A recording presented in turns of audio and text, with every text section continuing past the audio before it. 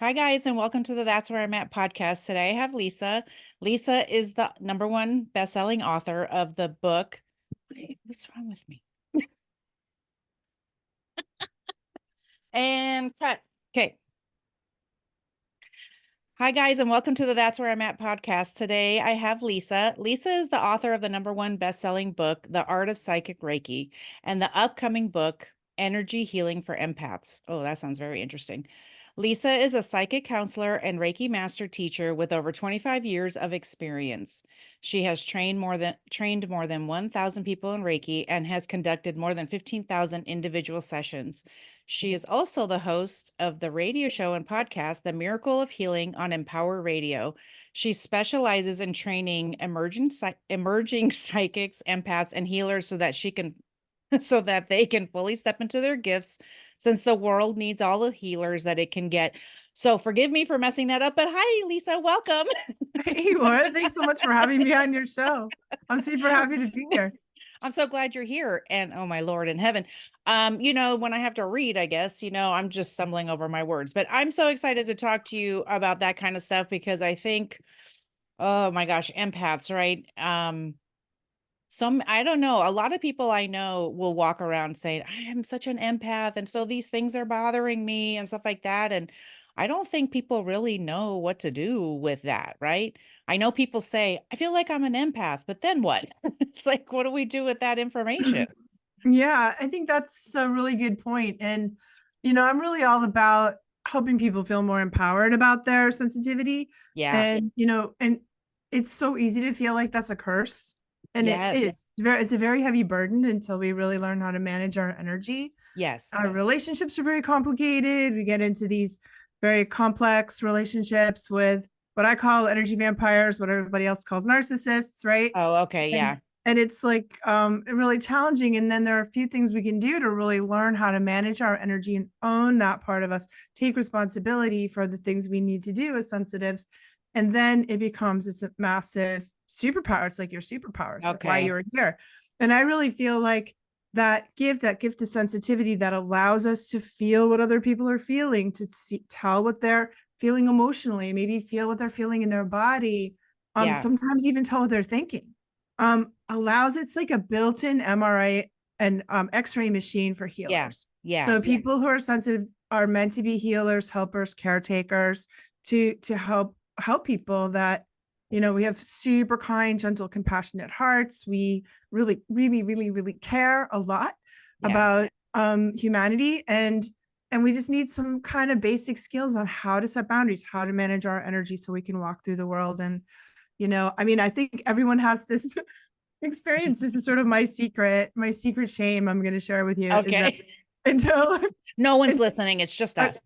okay, good. Until I like learned how to really do this, I would be like, have that moment. It was always Costco. I don't know what it is about Costco, Okay. but I would get like 20 minutes into Costco. I'd have like basically a little mini nervous breakdown. I'd be like, I don't know why I came here and I can't remember my name and I can't Yeah. remember where I parked my car. Yeah. And Yeah. I'd like ditch my shopping cart in the middle of Costco and like have a Oh slight my. nervous breakdown. So Um, is it just like too many things coming at you and you're like, too ah, many things coming at me, too many people, too much noise and stimulation, and yeah, just too much. It's like overload yeah, of sensory yeah. overload and energetic overload. And and since I learned how to do this, I no longer have nervous breakdowns in Costco. I'm really proud of myself. I know where my That's car is.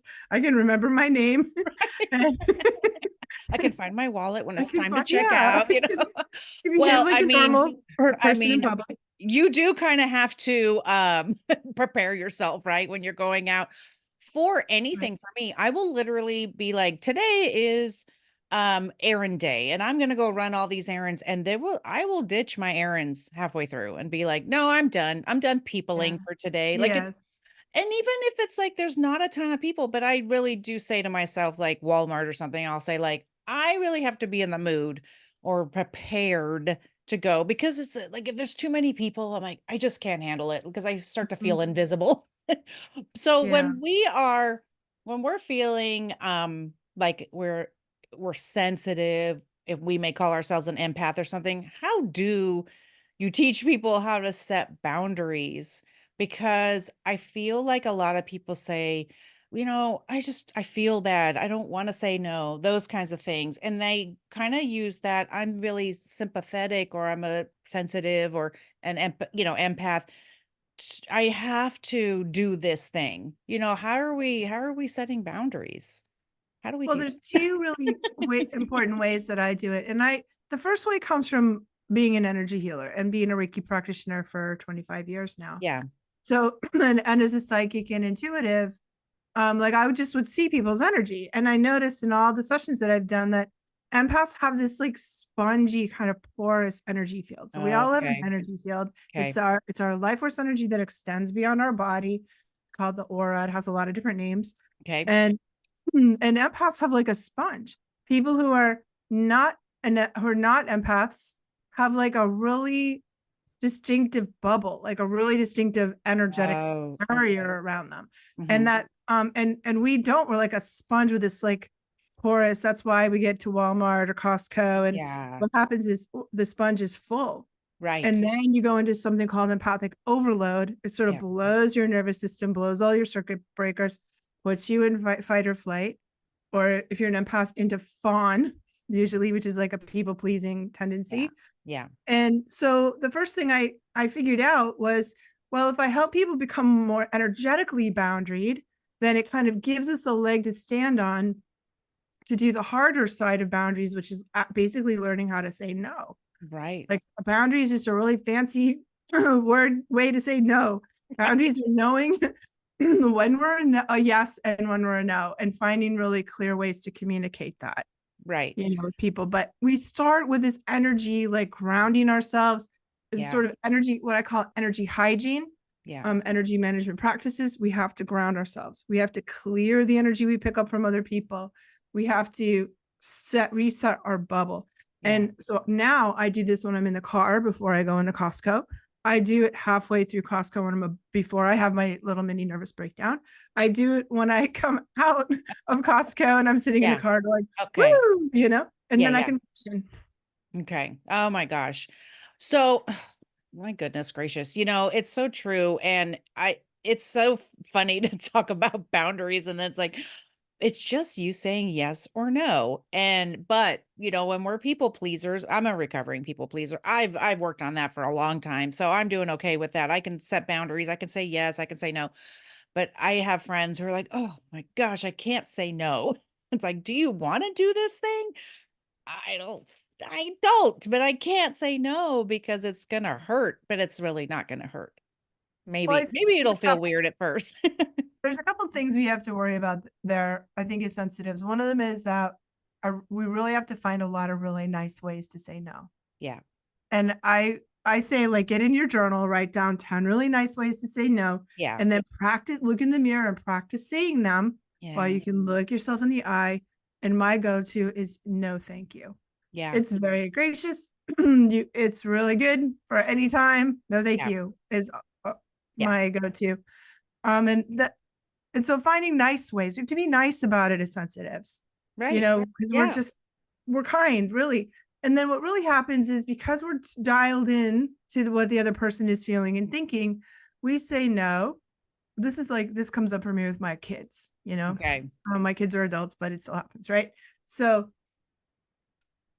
I know if I say no to them, they're going to have their feelings about what I say no right, about, right? And then I have to feel my fear or shame or guilt around saying no. Then I have to feel all their stuff about feeling it. And so now there's just this big ball of uncomfortable feelings that I'm stuck with, and it's easier just to say yes. yeah, yeah. Well, So, and I remember when I was learning, Love and Logic, and it's very much like setting these boundaries, but in a nice way. And I yeah, remember with my kids, my kids would say like, "Hey, mom," whatever, like if there was a vending machine or something that they wanted to get something out of, and they'd say, "Do you have any quarters?" And I'd say, "Yeah, I sure do." And they say, "Well, can I get" "No, I'm sorry." You know what I mean? I had to learn, like, I wasn't going to say no.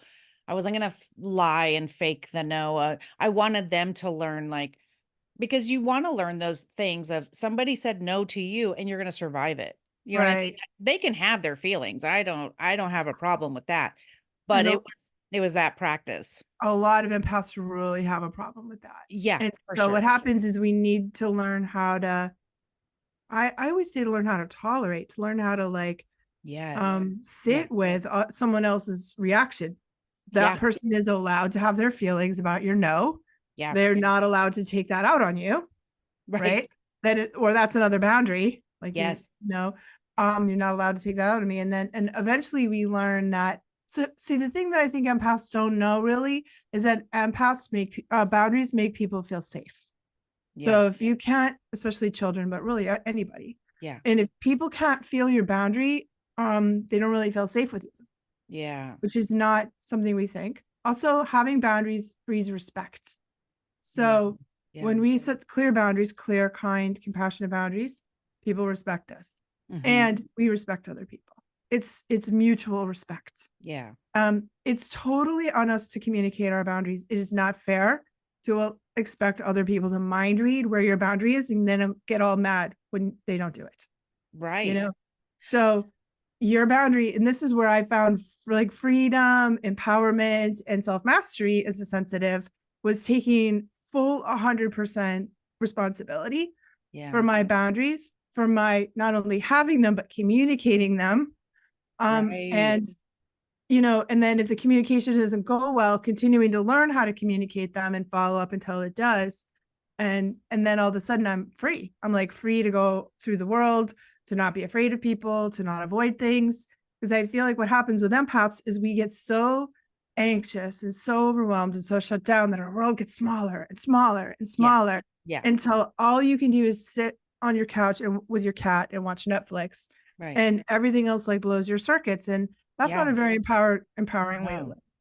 No, and I love that you were saying that we have to find a way to be able to handle whatever the other person, how they're going to react. And of course, Yes. of course, another boundary if they like throw a big fit, but because I sometimes laugh, excuse me, when friends ask, oh, do you want to go do this thing? And I'll be like, no, no, thank you. They're like, oh, can you not make it? Oh, no, I can make it. I just don't think I want to go. Don't want to go. I don't wanna go, and I wanna honor myself, I wanna honor my body, I wanna honor I was in a group text today and somebody was saying, "I'm having a hard time, I feel like I'm spinning my wheels today." And I said, "Are you listening to your body? Does it feel like you need to rest rather than you're trying to like, ugh?" And so it's okay to even say no to yourself and say like, I just need to listen to myself, listen to my body and what is happening. So, Yeah. it's been a Beautiful. practice for sure. Love that. Yeah, I think that kind of like, and that can be hard for us empaths because Yeah. even though we're so emotional, we don't always know what we feel. Yeah, What we so often know what other people feel. right. You know what I mean? Like I have every idea what you feel, but I'm like, what? I don't know what I feel.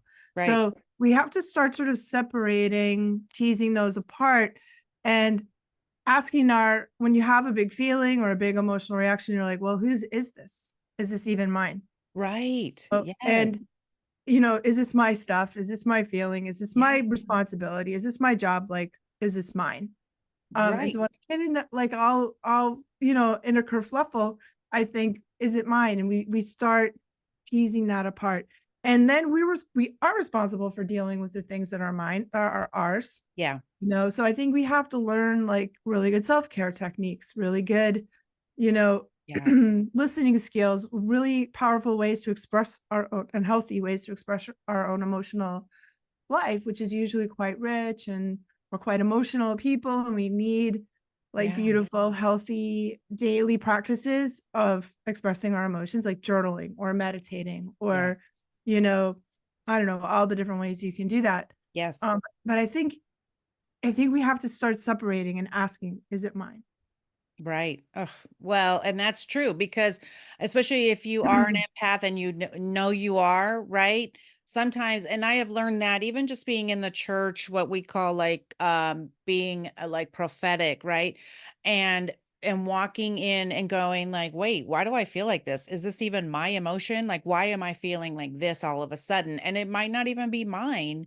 So, yeah, that's been definitely a practice of learning like, "Wait, why am I so anxious all of a sudden? Nothing happened."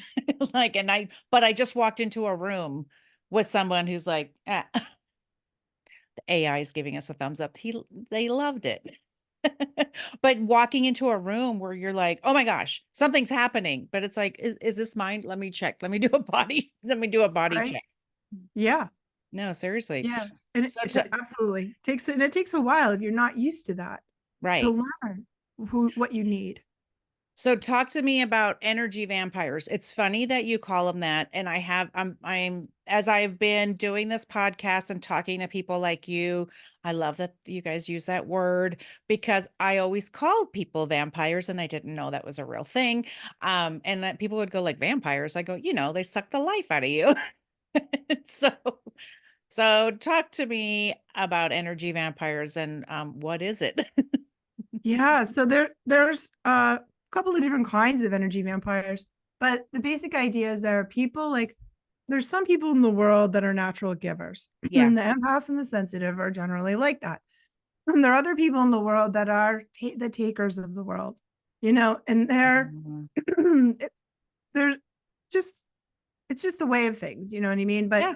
sometimes we get so far down the road that they're really taking a lot. And that's where we get into like narcissists. Yeah. We could sort of Yeah. swap out the term energy vampire for narcissist, and you're gonna get a good Right. picture of that. So they're these are like two ends of a polarity. So Yeah. that where however empathic you are over here, you're gonna kind of attract on the opposite end of the pole, and energy vampires or narcissists that meet you on that polarity.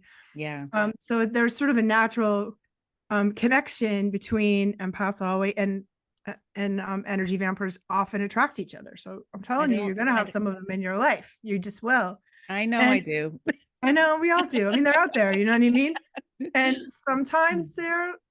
sometimes they're really like predatory, narcissistic, personality disorder, psychopathic, Yeah. which, I know you talk a lot about in your Yeah. work. Yeah. I call them the predatory vampires, and they're really, if you've had a hit and run with one of those, you took some damage and Right. you need some help recovering from that. There's no really, I think, performing them. They don't want to change. Yeah. They're just you're the battery.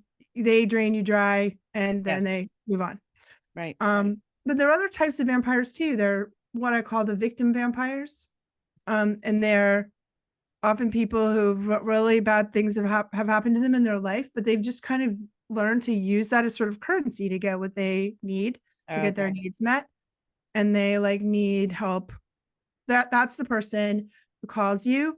And when the phone rings and you see them, you roll your eyes and you're like, oh my God, that person. And Yeah. they talk for an hour and Yeah. they complain and they whine and they have the same trauma that they always have. All the They time. never take your advice because they are not really interested in actually changing. Right. And then they're like, "Oh my God, how are you? Oh, good, gotta go. Bye." If And they even ask how you are. if they even ask how you are, and they feel better and you feel worse. So those are, that's also a different kind. It's not really the same kind of as a narcissist, but I Right.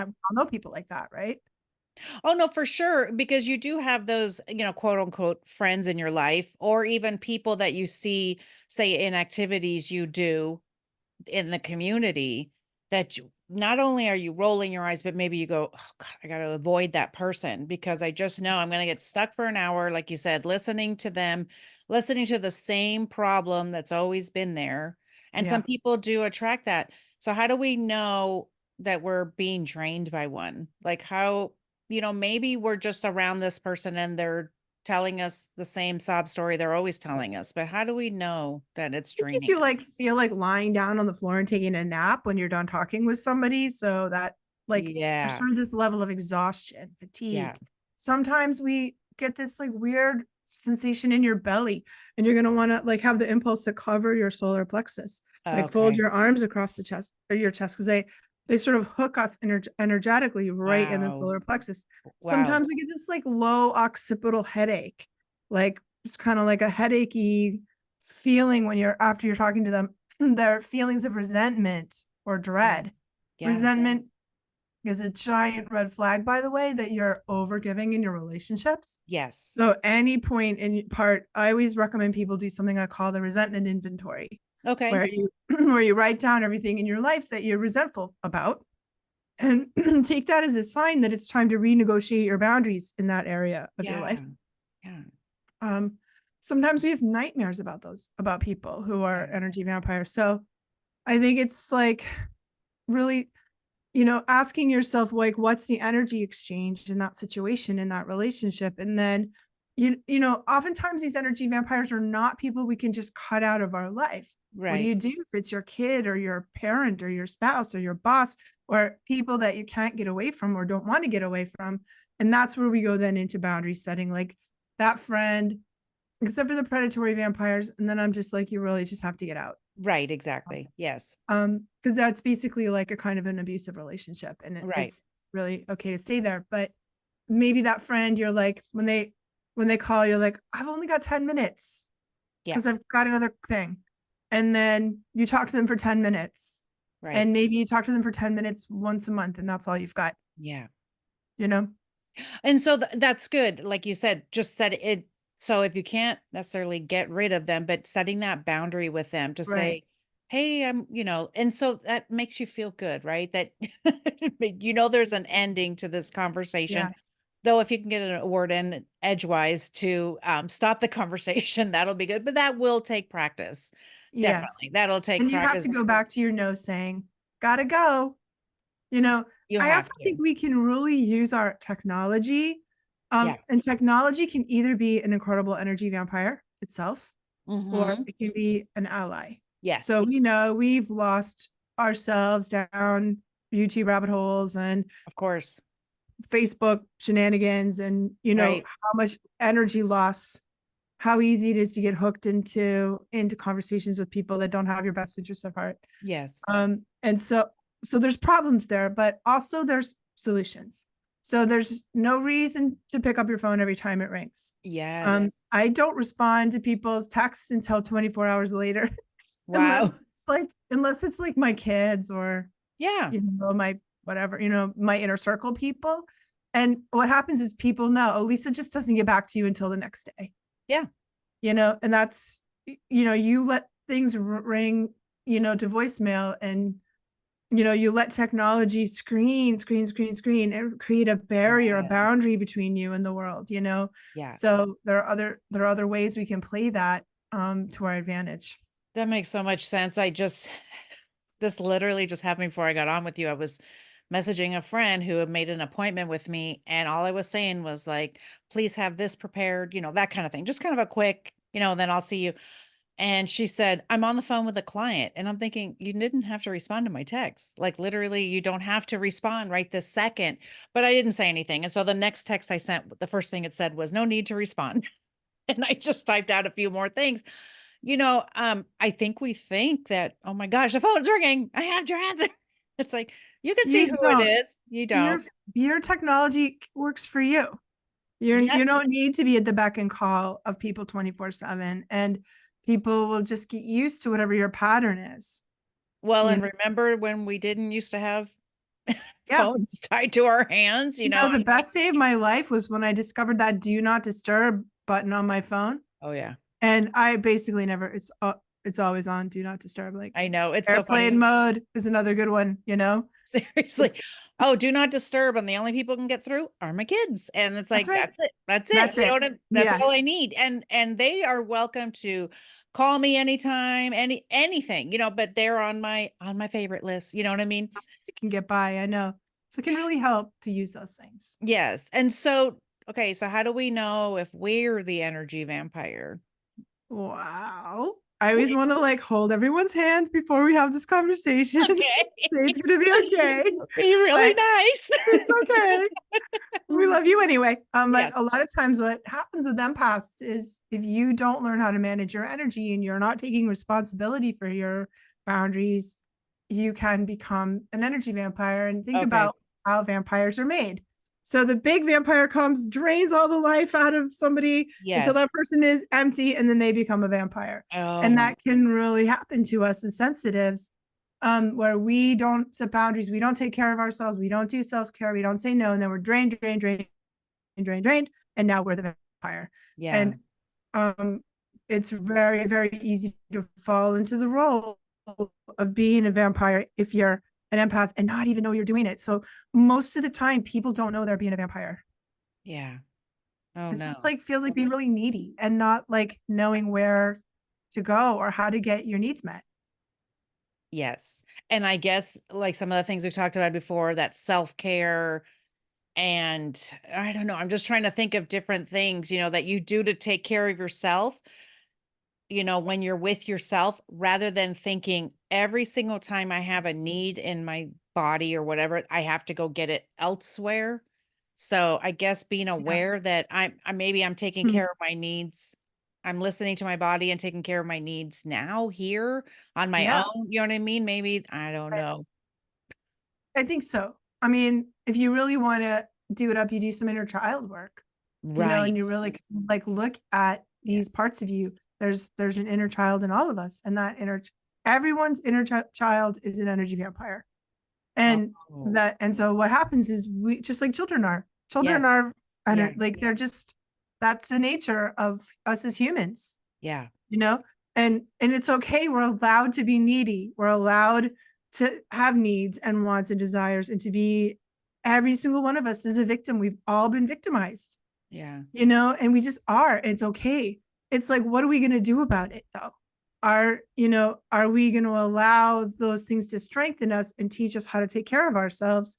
You know, like you have, you went from being a victim to being the victor, to being victorious, Right. to being Right. empowered through your process, right? Right. Right. And and me too, in all the ways that I've learned how to work through my sensitivities until I feel like, a super ninja, Yeah, and exactly. so that's what we do. We do inner child work. We learn how to take care of ourselves the best we can, Yeah. whether that's taking care of your body, taking care of your emotional needs, you know, adding adequate support systems. So one of the Yeah. kinds of energy vampires I talk about in my book, I call them situational energy vampires, Okay. because we all fall on hard times. And there will be a time in your life where you've had the diagnosis where hurricane knocked your house down, or Right.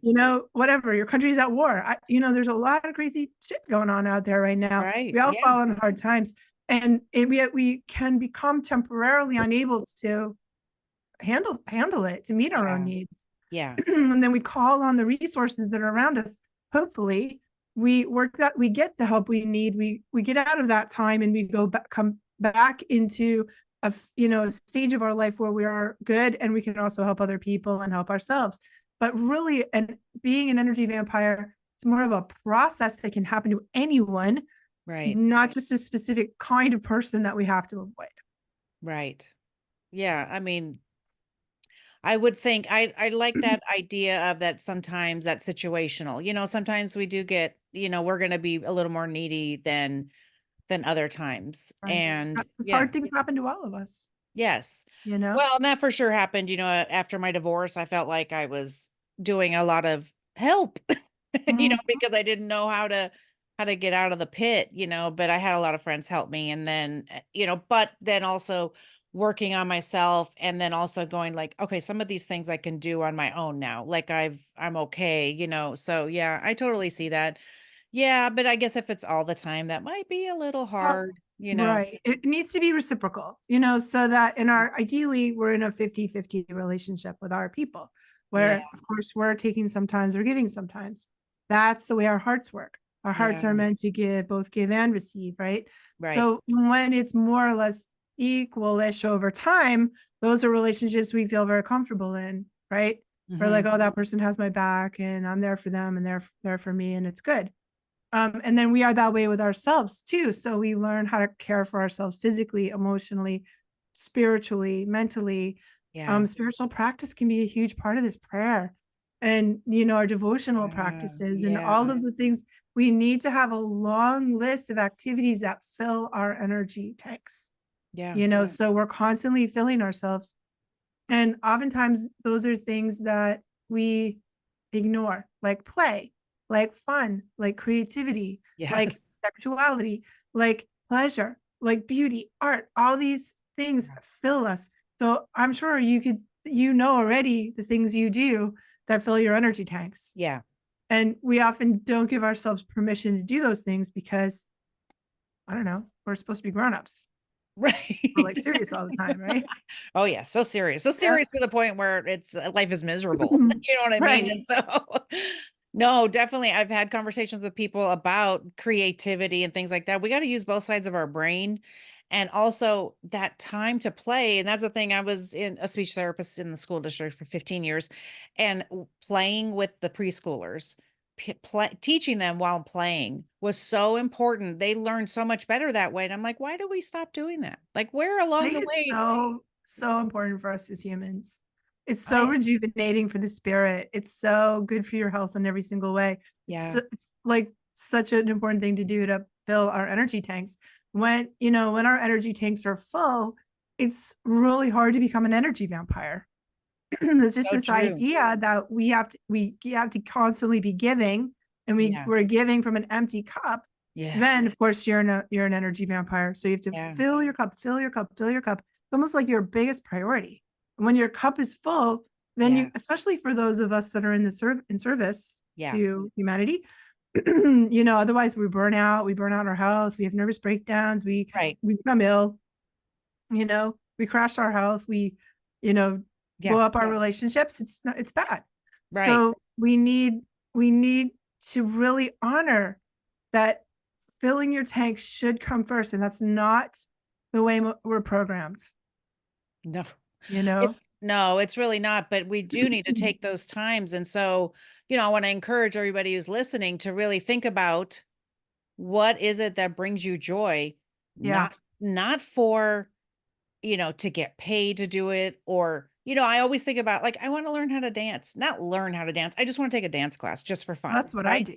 So Right. I'm a dancer and I Oh, dance every single weekend, and all like during love the it. middle of the week. That's my thing that I do. Yeah, And if it brings me joy and fills me, I dance in my kitchen, but I actually belong to a dance group. And I I love that. I know I dance every weekend, and I was a ballroom dancer for a long time. I've done all the things.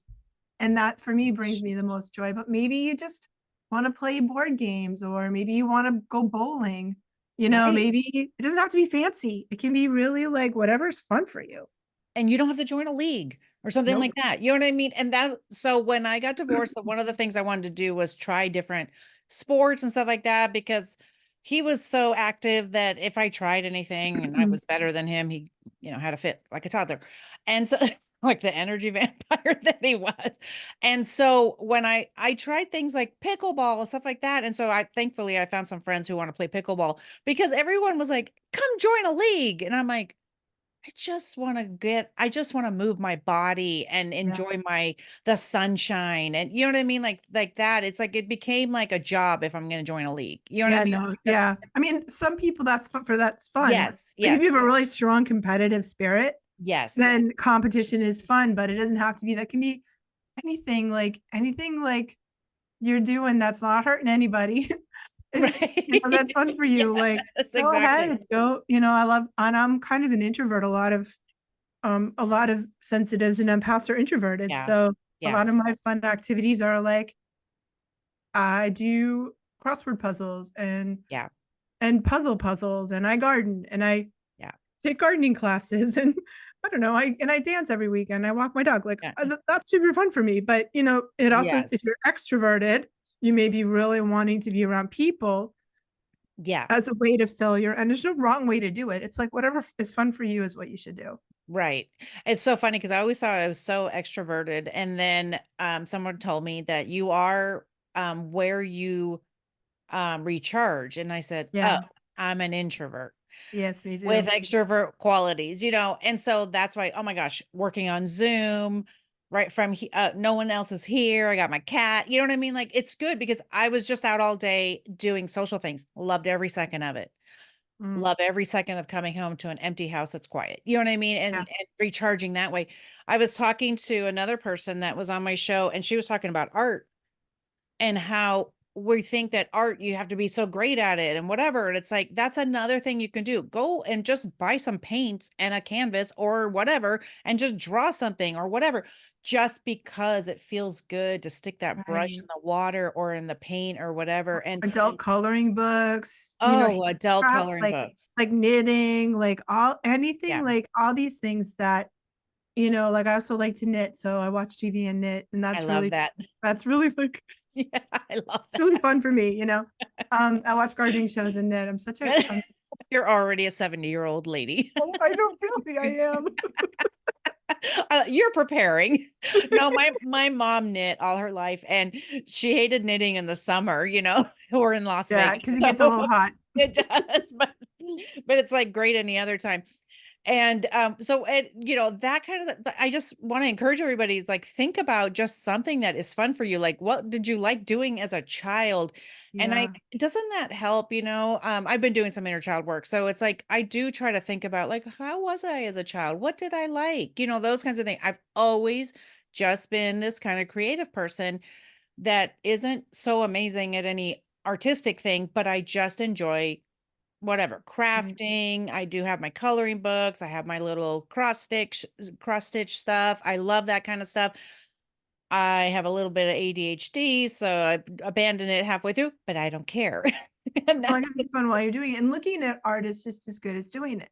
So going to a oh, museum, going to a gallery, going to a concert, listening to some yes. music, listening to live music, taking in the beauty that the world has to offer, Yeah. being outside in nature, and spiritual practice, devotional practice, all these things. When Yeah. we prioritize those and keep ourselves full, our energy batteries and energy tanks full, then we don't have to worry Yeah. so much. Then we're giving from this more full place. And That's great. yeah, it's really, I think, an important part of the process. It feels like it is, like you were saying, almost a protection, right? So when we go out, we're not going to feel like we're not going to be drained like Right. immediately, Put right? Because yourself in your bubble. okay. Put yourself in your bubble and just imagine, pretend or visualize that bubble's around you Yeah. and that you are the boss of it. That I think of it as like your skin, like your skin Yeah. keeps all your guts on the inside and the world on the outside. Right.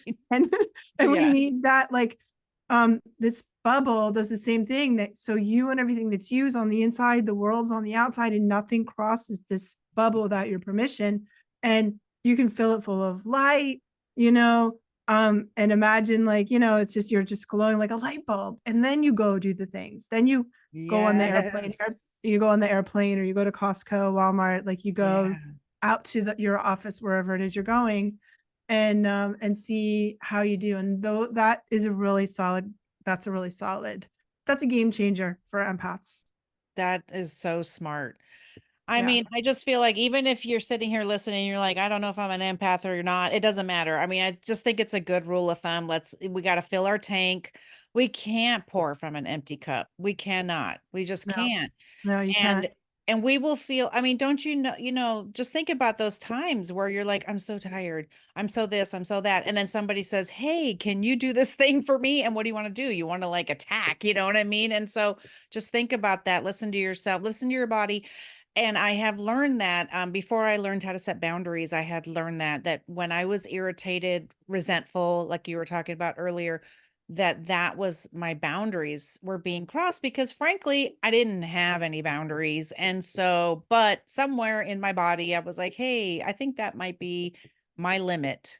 But I hadn't told anybody I don't want to do Right. this or I don't want to allow that, but I just hadn't told them. And so I was just walking around resentful all the time for my boundaries to be, being crossed. There's one more thing I want to say about that. That's super, Okay. like a mind bend here.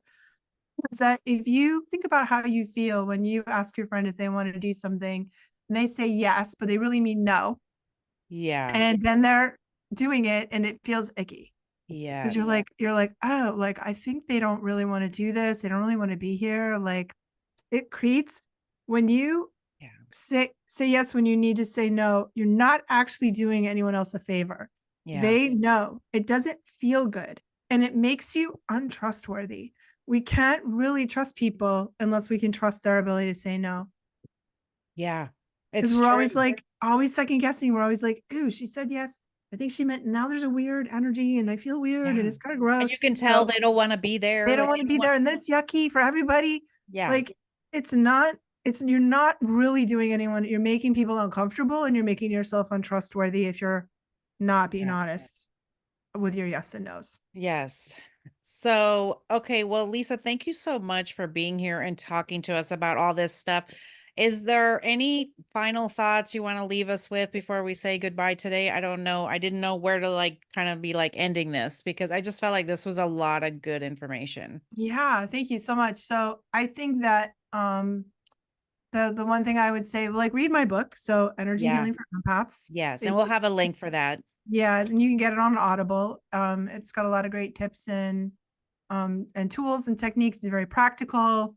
I would say that's really good. And yeah, and thank you so much for the conversation and talking about this. It's I love It was like hanging out actually with you. it was really good. I liked the visuals you gave me and stuff because 'cause I'm a very visual person and, good reminders that there's a lot of things that I'm doing, well, and I hope that people were encouraged to, start treating themselves better to be out in the world Yes, you too. as a better version of yourself. So, thank you so much for being here. I appreciate it. And guys, if anything that you heard today resonated with you, please go to social media and respond. And of course, leave us a review on Apple and Spotify.